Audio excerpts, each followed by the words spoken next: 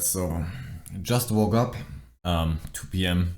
I know I missed quite a lot of my upload schedule, and this is because I was actually freaking stuck at creating a Blender add-on, which I will eventually talk about soon. But for now we're going to continue the Blender series until we catch up with the Unreal series. I plan to eventually combine both, so we are taking things we made in Blender and put them into Unreal and continue in the Unreal series eventually. But for now we're going to continue Blender series. Where did we stop last time? By the way, sometimes when I'm feeling like it, I eventually will add a face cam, I guess. We had something like this here. Now what I want to do is, first of all, let's delete the bottom one, and we're going to change this to a fraction actually, which we originally had. The reason for that is because the fraction is a bit more predictable, right? So let's put this to 1, and we're going to use a color ramp here. And if we put this color ramp directly with a white one 0.5 and create a black one in the back here, what we will end up with is exactly a 0, 1, 0. And if we put in straight numbers here, we're going to end up with exactly 15. So this is very predictable. The other thing I want to do is I want to put in a second color ramp here. And I want to change this to constant. It's similar to the seal where it will just cut it up like very straight. And I want to put this to 0.5 as well. With that, we are going to end up with stripes that are exactly the same size. So black and white stripes, which are exactly the same size. So now I sort of want to cut those up a little bit. Not actually cut them up, but I want to have sideways stripes as well. So we're just going to simply copy this and input the green. With that, we're going to have side stripes. Now, what I want to do is, first of all, give both a little bit of a pattern. So let's use a noise texture. A noise texture is just simply a pre-calculated texture we can use. So if we plug this in, we're going to see some sort of pattern. We need to give it some information here, some coordinates, and we're going to use the coordinates we have in the back here. Let's make a reroute node right here, another reroute node, select both F, and we can just connect this right here. Okay. And now I'm going to put a math node, a vector math. A normal math node is just one channel, and a vector math does 3 channels because it's a vector. And I'm going to put actually 2 in front of here. One is going to be a multiply, one is going to be an add. Make sure you multiply it by 1. 1 is the default value, because if you multiply anything with 0, it's going to be 0. Default in this case is 1. The multiply will allow us to scale it. The add will allow us to move it. So what I want to do is I want to sort of stretch it longish. Let's make like 40 here maybe, so we get like thin stripes, and let's stay with the 1 here for now, I guess. Alright, so I want to combine this with those stripes. Now, because we have just black here, when we multiply it with math, multiply it with those upper stripes, what we're going to end up with is a mix of this. Because those here are black anyway, black is 0, if you multiply anything with 0, it's going to be 0. And here we're having some blacks and whites, so it will essentially just lower the white parts in here. And we already sort of have a pattern which we can control. Now I want to do the same thing for those down here. Let's make ourselves a little bit of space. Maybe another reroute right here. Plug this in here. Just make it nice so you understand what you're doing. And another multiply. Same thing right here. So, problem is it's in the wrong direction, so we're going to flip this up. This is going to be 40 and this is going to be 1. So we're stretching it into the other direction. So let's take a look what we have here. All right. So now I want to combine those. For this, we need to use a mix RGB because we cannot simply add it. If we would just add it together, it would like the white parts would add up on each other. If it's just simple plain 1 or just white, it's not a big deal, but in this case, we need to do it that way.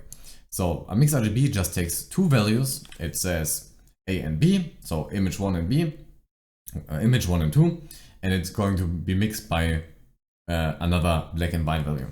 And where do we want to have those? We want to have those, let's just take a look. If we now take a look, it will be combined exactly by 50% of its opacity, so it will lower each image 50% of opacity and overlay them, yeah, so you can look through them. So we just need a black and white value that defines where something should be, right?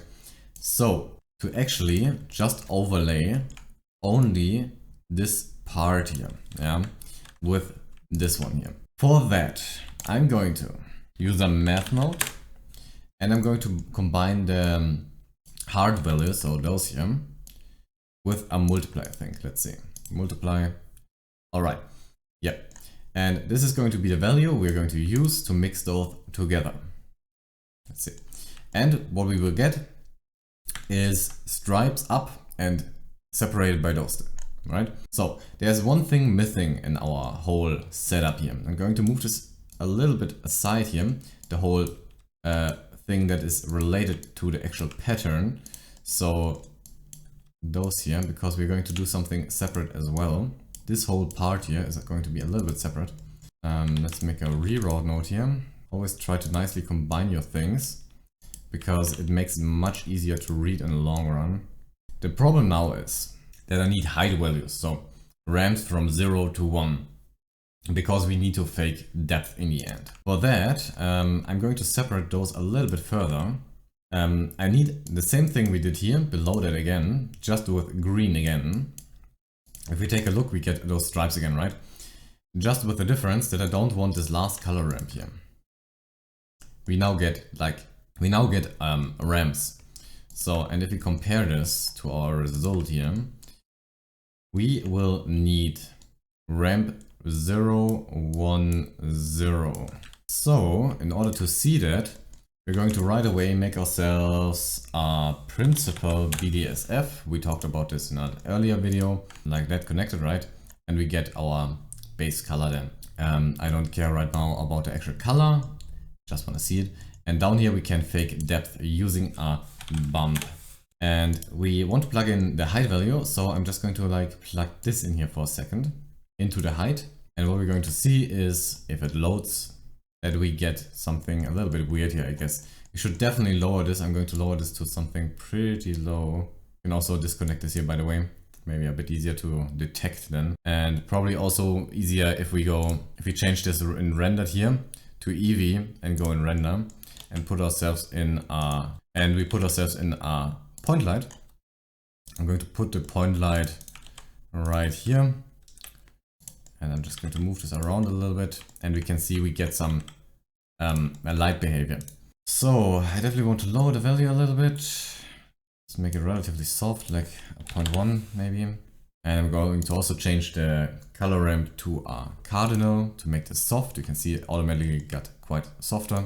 And because the light is on the left side here, and the ramp is detected like that, we will have light on here. But this one is falling down, so we don't have light on that, right? We could make this a bit softer by lowering the white here, yeah, but let's not do this for a second. First of all, we need to figure out how we get like the right distance here. So we probably need another color ramp here, and we're going to delete one here. And what we need is like this here. We need to make it like half as bright, but still keep it soft, because we also halved it here just in a hard way. We should end up with something accurate. We will see. Let's just plug this into the bump here, into the height, plug our color in for a second, and we're going to take a look here how it behaves. Thing is, we still have the black parts in here, which I do not want. So we definitely want to cut those up with the same thing, just from red. Yeah? And we multiply this up here, it's essentially the same thing. And we're getting this in soft. Though, the low one needs to be hard. Is this actually in the right position? It is not. Meaning we need to offset this guy here, because you can see, here is where the ramp should be. Yeah. But, we have it here. Yeah.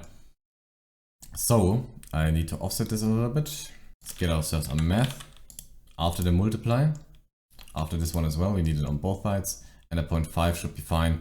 And actually maybe not this one here, let's see. Yeah, not this one here, just in the upper one. And you can see now it's there where it should be. And with that we get the mask we need, and we should be able to now see our ramp. We need to plug in the right thing here. And there we go. It might be a little bit off. Yeah, we probably need to cut this a little bit up. I'm not sure why it's like inaccurate. Really shouldn't be. Apparently it wants a little bit more. Then I'm just going to eyeball this. Not going to take this too seriously here. And eventually this guy a little bit as well. And now, okay, we can define the whole UV size here in front. So let's make, actually we did this already up here. I'm just going to copy those two math nodes in front here and plugging this in. This one though. And now we can scale the whole thing together, which is pretty fine. Guess I'm going to lower the value here a little bit more. Usually when you're using something like this, you want a very, for the bump at least, a very soft value. And you're still going to be able to see the bending actually.